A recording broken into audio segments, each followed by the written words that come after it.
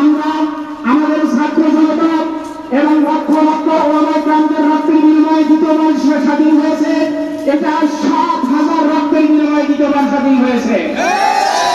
অতএব এই স্বাধীনতাকে আমাদের সকলকে ধরে রাখতে হবে। এই স্বাধীনতা হয়েছে আমাদের সত্তা চত্বরের রক্তের বিনিময়ে। এই স্বাধীনতা হয়েছে হাজার হাজার হাফিজে কোরআনের রক্তের বিনিময়ে। এই স্বাধীনতা অর্জন হয়েছে নির্বাচনে আমাদের অত্যন্ত প্রাণপ্রিয় রহমান শাইখুল হাদিস আল্লামা ফয়জুল করিম কাসিমি দামাত বারাকাতুহু আলিয়ার রক্তের বিনিময়ে। অতএব এই তাজা রক্ত আমরা কোনোদিন বিফলে যেতে দিব না।